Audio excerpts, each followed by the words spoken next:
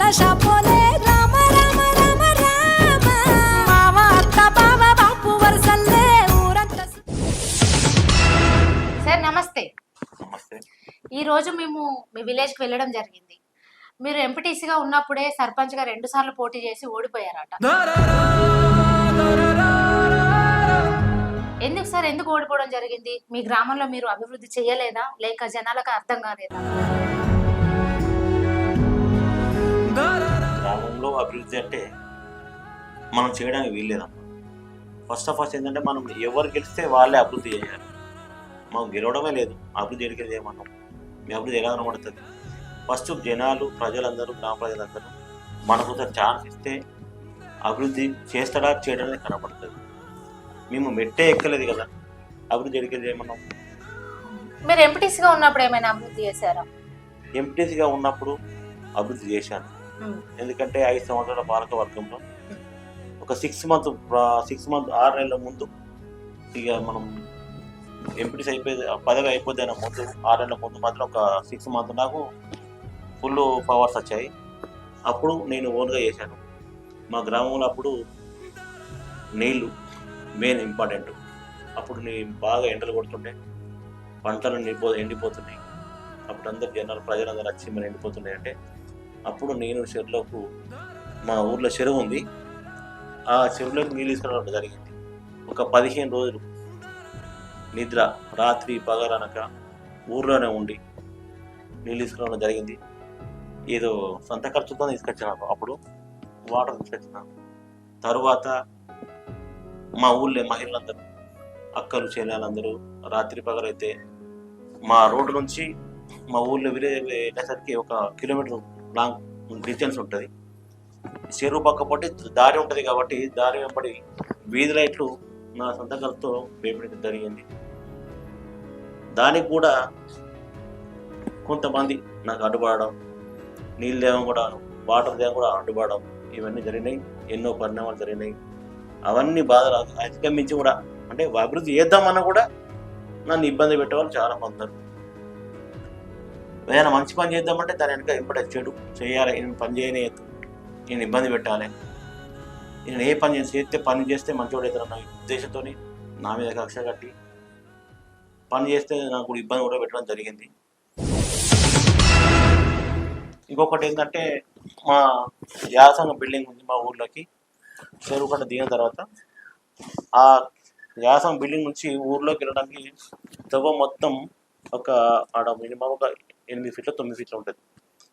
నేనేం చేసిన అంటే, ఈ 10 ఫీట్లు ఉంటే 2 వెహికల్స్ పోవడానికి దారి తక్కువ ఉంటుంది కదా, చిన్నగా ఉంటుంది అన్నట్టు. ఆ దారి వెళ్ళినప్పుడు రావడానికి ఈ సైడ్ ఆ సైడు ఇక్కడికి అక్కడ మినిమం ఒక 100 టిప్పులు మొరం పైన జరిగింది. దాని తర్వాత కూడా ఈ తవ్వ వెడల్ చేసినందుకు కూడా దాని తర్వాత నాకు గొడవలు బాగా అయినాయి. ఎప్పుడు లేని విధంగా ఈ తవ్వ అట్లే ఉండాలి, ఈ తవ్వ వేయద్దు అని ఇబ్బంది కూడా నాకు చాలా ఇబ్బందులు గురి చేశారు. ఏదేమైనా అభివృద్ధి చేద్దామంటే ఫస్ట్ మన చేతిలో పవర్ ఉండాలి. మన చేతిలో పవర్ ఉంటేనే మనం అభివృద్ధి చేద్దాం. ఇంకోటి, మా ప్రజలందరూ మీ ఊళ్ళోకి వెళ్ళారు కదా, ఏమంటారు సమస్య మెయిన్ ఇంపార్టెంట్. ఈ రోజు మీ గురించి మేము ప్రజలను అడగడం జరిగింది. పదవిలో లేనప్పటికీ కూడా రోడ్డు సమస్య తెలుసుకొని ఆడవాళ్ళందరికీ బతుకమ్మ ఆడడానికి ఇబ్బందిగా ఉంటుందని గుంతలుగా ఉన్న రోడ్ను మంచిగా చక్కగా చేశారు. ఈసారి సర్పంచ్గా గెలిపించుకుంటే మాకు ఇంకా ఎన్నో పనులు చేస్తారు అన్న ఆకాంక్ష వాళ్ళ దాంట్లో కనబడింది మాకు. ఇంకోటి ఏంటంటే, చాలా పురాతనమైన ఎల్లమ్మ గుడి ఉందట. ఇప్పటి వరకు దానికి అభివృద్ధి ఏం చేయలేదట. ఇప్పుడు మీ పేరు వస్తుంది, ఏం చేస్తున్నారు, ఎందుకు? మా ఊర్లో ఎల్లమ్మ గుడి అంటే చాలా నిష్టమైన దేవత. ఆమె ఏ భక్తులైనా ఎవరు కోరుకున్నా ఆ అమ్మవారి దగ్గరికి వెళ్తే వాళ్ళ బాధ తొలిగిపోయి సుఖ సంతోషాలతో బాగుంటారు. అది ఇప్పుడు కాదు, టెంపుల్ అనేది నేను పుట్టక ముందు, మా నాన్న పుట్టక ముందు ఫస్ట్ నుంచి ఉంది అక్కడ పురాతనంగా.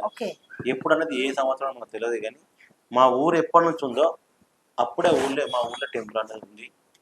ఆ టెంపుల్ అనేది అభివృద్ధి చెందలే అంటే మా ఊర్లో అధికారులు అనేది అప్పుడు ఎవరు లేరు, ఎక్కువ పడుకునే వాళ్ళు లేదు. ఎందుకంటే అంతంత మాత్రమే మా ఊళ్ళో బడ్జెట్ అనేది రాకపోవడం వల్ల ఇబ్బందిగా గురై ఉన్నారు. మేము కూడా ఇప్పుడు ముందుబడి చేయడం ఏంటంటే, ఎల్లమ్మ టెంపుల్కి ఒక ఏంటిది అది ఒక కమిటీ వేసుకోవడం జరిగింది. ఒక 3 సంఘాల నుంచి కమిటీ వేసుకొని జరిగింది. దాని నుంచి చైర్మన్గా ఉన్నాను. మనం ఉన్నప్పుడన్నా ఊరు డెవలప్ చేద్దాం, మన టెంపుల్ డెవలప్ చేద్దాం, మన ఊళ్ళో మన దేవత ఉంది కాబట్టి మన ఊరు ప్రాముఖ్యత కూడా తెలవాలంటే మెయిన్ దేవతకు మంచిగా చేయాలని ఒక సంకల్పం కట్టుకొని గుడి నిర్మాణానికి ముందుండి ఆ గోపురం కట్టి ఆ గుడి కంప్లీట్ చేయాలని అనుకున్నాను నా మనసులో. దాని ప్రకారంగానే ఊళ్ళో కానీ చంద్రలు తిరగడం జరిగింది. ప్రతి విలేజ్ పోయి చంద్రలు తిరగడం, ఆ చంద్రలు వసూలు చేసుకోవడం, మేము మిగతా పైసలు మన డబ్బులు నా జేబులోకి వెళ్ళి పెట్టుకోవడం, సొంత ఖర్చులతో పెట్టుకోవడం. ఎందుకంటే దేవతకు పెడితే ఏం లేదు, మన భక్తితోని ఎన్ని పెట్టినా దేవత తక్కువనే. ఆ భక్తి సిద్ధులతో నేను నిష్టగా ఉండి ఆ అమ్మవారి టెంపుల్ పూర్తి చేయాలని నేను మనసులో అనుకున్నా. అది దానికోసం నేను కష్టపడుతున్నా. నాతో పాటుగా ఒక 9 మంది ఉన్నారు. ఆ 9 మంది కూడా కష్టపడుతున్నారు. మా ఊరి వాళ్ళు కూడా ఎవ్వరు నిస్వార్థంగా స్వార్థం లేకుండా మనం ఈ దేవత గుడి కంప్లీట్ చేయాలని అందరూ ఆహర్నిశలు కనపడుతున్నాం. ముఖ్యంగా మా ఔరౌండ్ ఎల్లయ్య కానీ, గౌడ కొమరయ్య కానీ, ఇంకో గౌడ కొమరయ్య కానీ, గాలి కొమరయ్య కానీ, సావెన్ సంపతి కానీ, మేకల ఎల్లయ్య కానీ, వచ్చేసి ఇంకా సీతారవి కానీ, ఇంకా సీత లచ్చయ్య గారు కానీ, వీళ్ళందరూ మా టీం నెంబర్ 9 మంది ఉన్నారు. వీళ్ళందరూ కలిసి నేను ఏం చెప్తా అది స్ఫూర్తిగా పాటించి నా మాటను గౌరవించి ఇప్పటి వరకు టెంపుల్ అభివృద్ధి చేయడం జరుగుతుంది. సగం వర్క్ అయింది, ఇంకా ఉంది. ఈ ఎలక్షన్ వచ్చినా కొంచెం అటు ఇటు నడుస్తుంది. కానీ ఎలక్షన్ అయిపోయేసరికి ఒకవేళ అమ్మవారి దయ వల్ల ఊరి దయ వల్ల అందరు ప్రజలందరూ నన్ను కోరుకొని సర్పంచ్ చేస్తే ఆ గుడి కూడా కంప్లీట్ చేస్తాను. తప్పకుండా అమ్మవారి అనుగ్రహం ఉంటే నేను ముందుకు పోతానని మీకు చెప్తున్నాను. ఇంత స్వార్థం లేకుండా మీరు ఇంత మంచి పనులు చేస్తున్నా కూడా శత్రుత్వం అనేది ఎందుకు పెరుగుతుంది అంటారు సార్? శత్రుత్వం అనేది పర్సనల్గా మాకు ఎవరికి లేదు. రాజకీయ పరంగా వచ్చింది. ఎందుకంటే ఓటమి గెలుపు 2 ఉంటాయి. పోటీ చేసిన వాళ్ళు శత్రువులుగా మారుతారు. అది కూడా పాజిటివ్గా తీసుకొని ఒక పోటీ చేసిన మందమే ఉంచుకుంటే మన ఊరు బాగుపడుతుంది.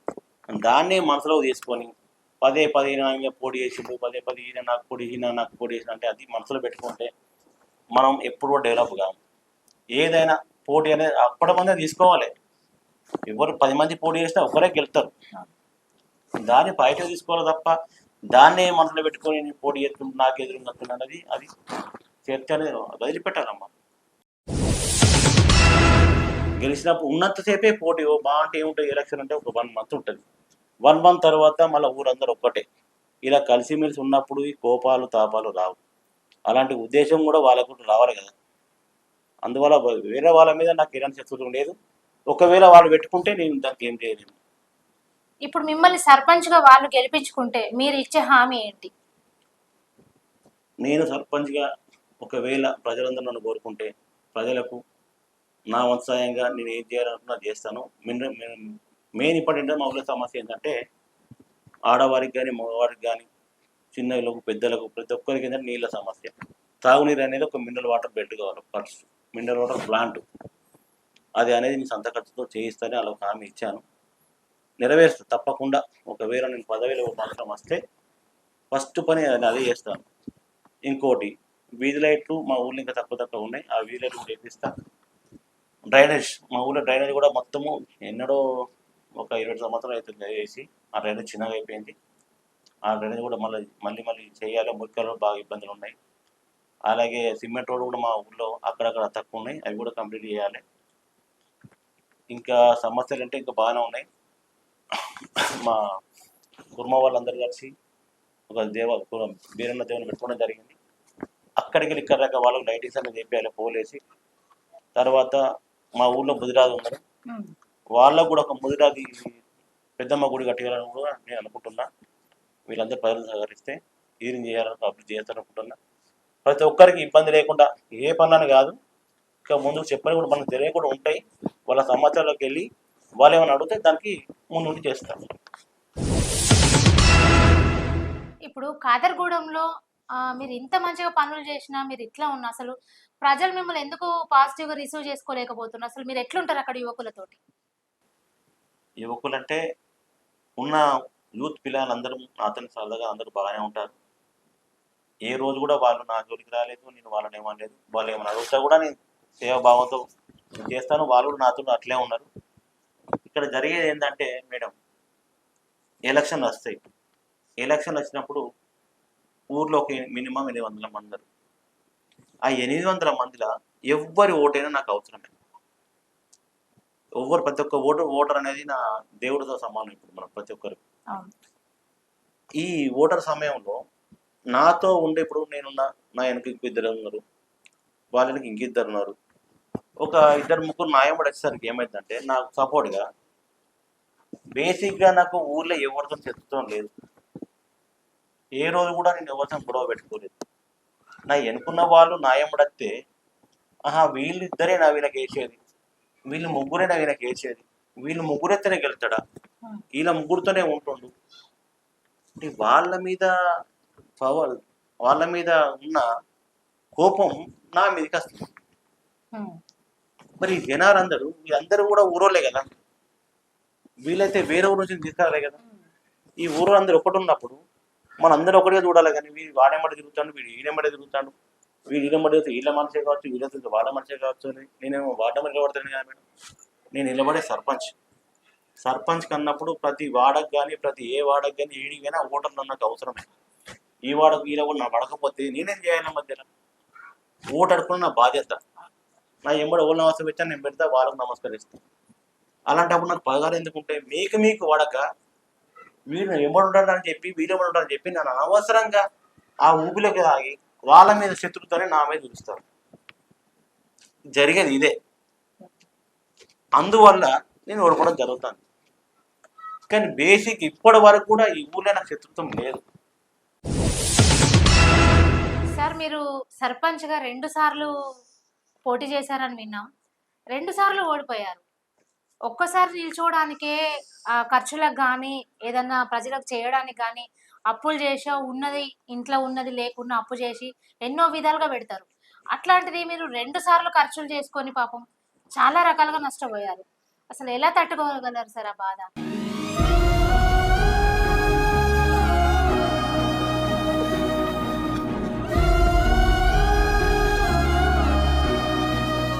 బాధ అనేది చెప్తే రాదు మేడం, అనుభవించే వాళ్ళకే చెప్తుంది. నేను డబ్బులేమో నాకు ఎవరు ఇవ్వలేదు, మా నాన్న సంపాదించలేదు, ఎవరు నాకు ఆస్తి ఏం లేదు మేడం. నేనేదో సర్పంచ్ నిలబడి మా ఊరికి సేవ చేద్దామని వచ్చిన, అయినా నన్ను కావాలని ఓడగొడుతున్నారు. నేను 2 సార్లు ఓడిపోయినా. డబ్బు లేకపోతే మా ఆవిడ మీద గోల్డ్ తీసుకుపోయి బ్యాంకులో పెట్టి డబ్బులు తెచ్చి పోటీ చేసిన మేడం ఫస్ట్ సారి. సెకండ్ సారి కొంచెం అప్పుడు పట్టుకునేందుకే మళ్ళీ టైం పట్టేది. మళ్ళీ సెకండ్ సారి వచ్చేసరికి మళ్ళీ సేమ్ పరిస్థితి ఎదురైంది. ఇకసైనా గెలుస్తాం కావచ్చు, ఈసారి ఒకసారి ఓడిపోయినాం కదా, ఇకసారైనా గెలిచి మళ్ళీ ఏమైనా చేద్దాం అనుకున్నాం.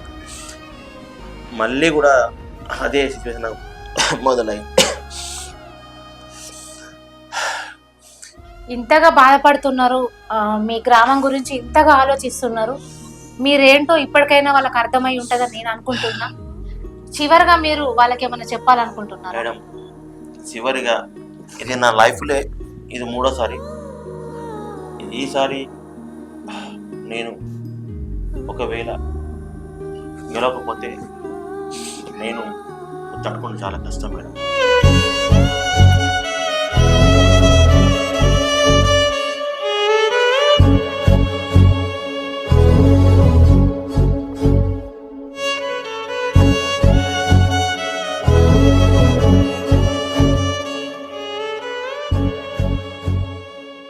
సార్, ఇంకో మాట, మీకు ఒక వర్క్ ఉంది, మీ ఫ్యామిలీ ఉంది, సరే మీ సంపాదన మీకు వ్యక్తిగతంగా ఉన్నది, అయినా కూడా మీ గ్రామం మీద, ప్రజల మీద అంత ఎందుకు ప్రేమ? మీరు సర్పంచ్గా గెలిచి వాళ్ళకి ఏదో చేయాలని మీకు ఎందుకు ఎంత ఆతృత పడుతున్నారు? మేడం, సర్పంచ్ అనేది నాకు అలా మా ఊరికి మీద ఏమో దోసుకొని తిందామని నాకేదో లేక కాదు మేడం. అందరూ అనుకుంటారు కావచ్చు సర్పంచ్ అయితే ఏమవుతుంది, ఏం తీసుకుంటాడు. నా సర్పంచ్ అయితే మా ఊరు నుంచి నాకు రాదు మేడం, ఉంటా నాదే ఖర్చు అవుతుంది. నా కోరిక, ఎందుకంటే నేను పుట్టిన ఊరికి ఏదైనా ఒకటి చేయాలి అనే ఒక తాపత్రం చేయాలని వస్తున్నా. కానీ నా అభివృద్ధిని వాళ్ళు అక్కడ రాణిస్తారు.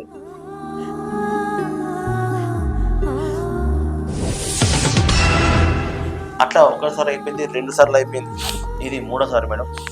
ఒకవేళ మా గ్రామ ప్రజలు, మా అక్కలు కానీ, చెల్లెలు కానీ, మా పెదనాన్నలు, మా పెద్దోళ్ళు, మా మయోన్న మా వాళ్ళు కానీ, మేనత్తలు కానీ అందరికీ నేను ఒకవేళ గెలిస్తే వాళ్ళ ఇంటికి గడప గడపకి నేను అలా పెద్ద బిడ్డ లేకుండి, పెద్ద కొడుకు లేకుండి వాళ్ళ కష్టాలను తీసుకుంటాను, వాళ్ళందరికీ మనం చేసుకుంటున్నాను. కానీ నా బాధ వాళ్ళ ఇంటి లేదు.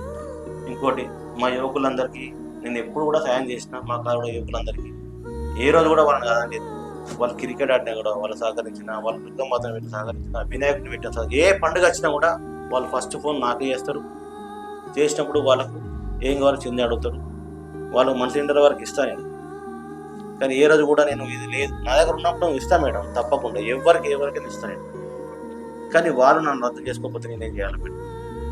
అందరు ఏమనుకుంటారంటే అందరి దగ్గర డబ్బులు ఉంటాయి, అందరికి ఇచ్చే గుణం ఉంటుంది. 100,000 మంది 1,00,000 మందికి ఉంటుంది.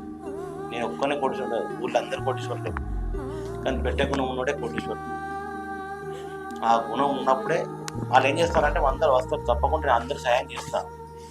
కానీ నన్ను ఏడబోతుంది మరి, వీళ్ళతో తిరుగుతూ పోతుంది అంతే. ఆడ జరిగేది ఏం లేదు. నా మీద ఏ కోపం, ఎలాంటి కోపం అలా లేదు. నా పక్క వాళ్ళు తిరుగుతారు, ఈ పక్క వాళ్ళు ఇటు తిరుగుతారు తప్ప వాళ్ళకి ఒకటి మనసులో అవే ఉంటాయి. కానీ వాళ్ళు కూడా మనూరులే కదా, తిరిగే వాళ్ళు కూడా నా ఇంటి తిరిగే వాళ్ళు మనూరులే కదా, వేరే ఊళ్ళో కాదు కదా. అది ఒకటి అర్థం చేసుకొని ఏమైనా నా మీద నమ్మకం ఉంటే, నా మీద ప్రేమ ఉంటే నన్నే చూడాలి. కానీ మనసులో పెట్టుకొని వాళ్ళ పెట్టుకుని చూడద్దు. నేను గెలవాలనుకుంటే నన్ను చూడాలి, నా తప్పును చూడద్దు. నువ్వు నీకుతోనే నాకు పని, నాతో మీకు పని, అంతే. ఇంకో మాట సార్, మీరు గ్రామంలో కరెంటు పోల్స్ వేస్తుండగా అసలు అంత మంచి పని చేస్తుంటా కూడా మీ మీదకి శత్రుత్వానికి వచ్చిండ్రని, మీరు హాస్పిటల్ పాలయ్యిండ్రని మేము విన్నాం. అసలు ఎందుకు సార్ అట్లా జరిగింది? ఏంటా గొడవ? గొడవ ఏంటిది మేడం? గొడవ ఏం లేదు మేడం. ఆడ కరెంటు పోల్ ఉన్నాయి.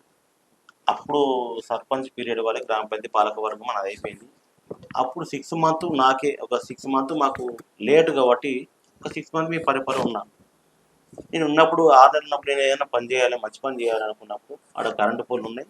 ఆ కరెంటు పోలు తీసుకుపోయి ఎవరికైతే పోలు లేవో వాళ్ళకి ఏం చేయడం జరుగుతుంది. అలా తీసుకుపోయి నన్ను సంతకర్తలు పెట్టుకొని అవన్నీ తీసుకుపోయి లాబట్టి వాళ్ళకి పూలు నిలబెట్టి వస్తుంటే అక్కడ ఏం జరిగిందంటే, ఈయన ఏడే మంచోడు అవుతాడు, ఈయనకు ఈ పోలు ఎత్తే మంచి పేరు వస్తుంది, ఇక నెక్స్ట్ సర్పంచ్ ఈయనకే ఓట్లు ఎత్తారు కావచ్చు అని వాళ్ళు అభిప్రాయపడి నా మీద దాడి చేయడం జరిగింది. ఆ దాడి చేసిన తర్వాత నేను హాస్పిటల్కి పోవడం జరిగింది.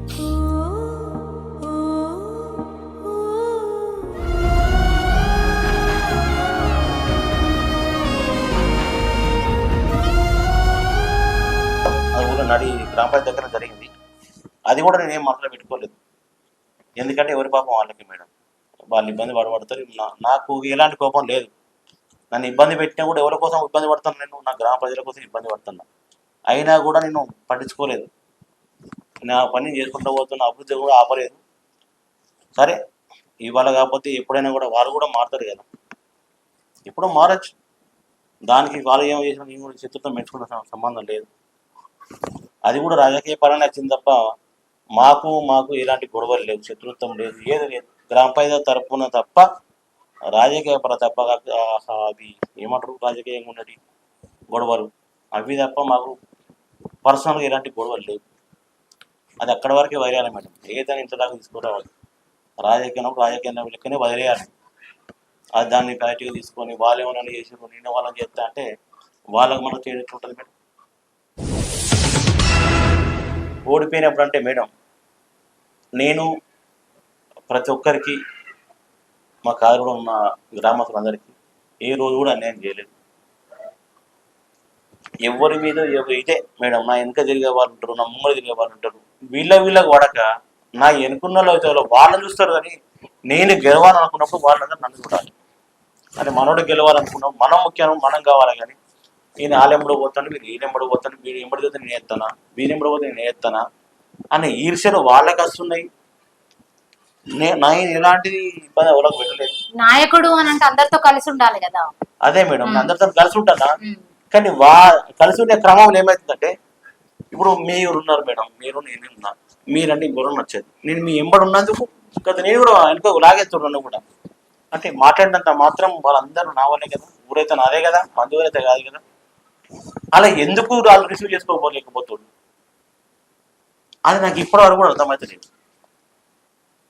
ఇన్ని రోజులు మీ గురించి వాళ్ళు అర్థం చేసుకోలేకపోయినరు, ఇప్పుడు అంటున్నారు అంటే పలాని శ్రీనివాస్ యాదవ్ గారు మాకేంటో అర్థమైంది, తనను గెలిపించుకుంటే మాకు అన్ని విధాలుగా అన్ని పనులు చేస్తారు అనే నమ్మకం మాకు వచ్చింది, మేము గెలిపించుకుంటామని అంటున్నారు. చూద్దాం మేడం.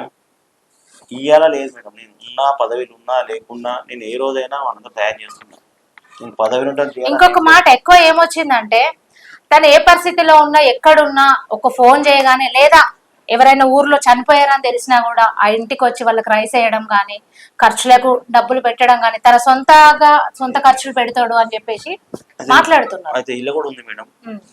నేను ఎవరైనా చనిపోయినా కూడా మీరు రైస్ ఇస్తారని అందరు కదా, నేను నాకు దోషుల సాయం నేను చేస్తాను.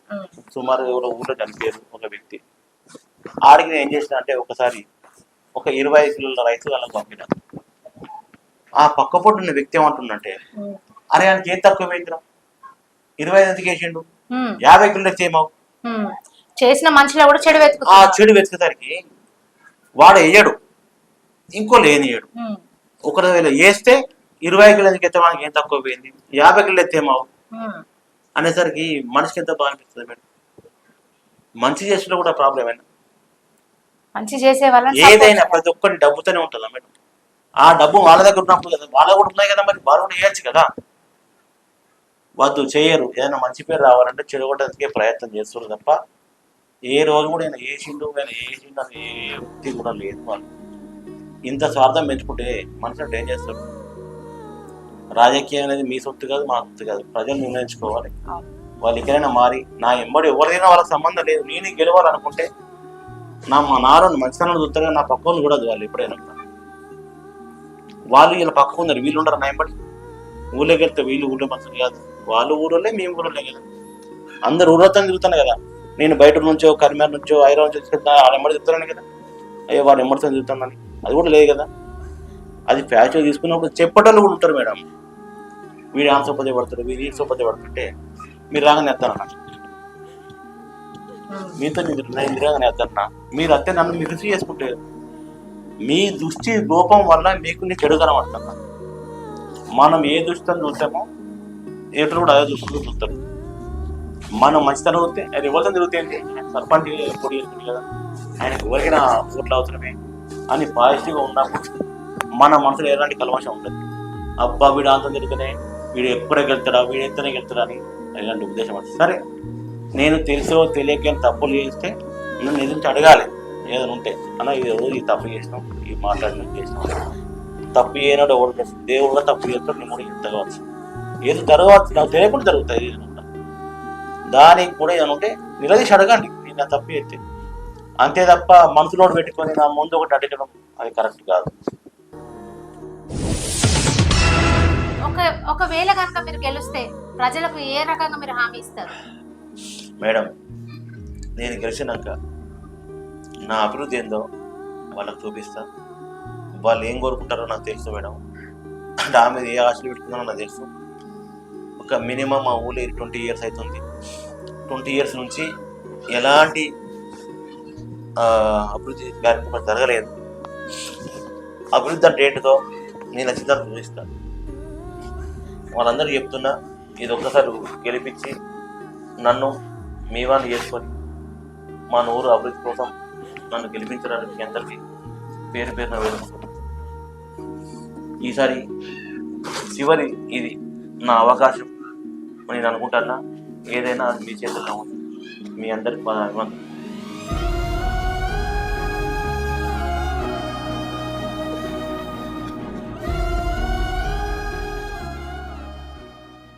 పూల దండ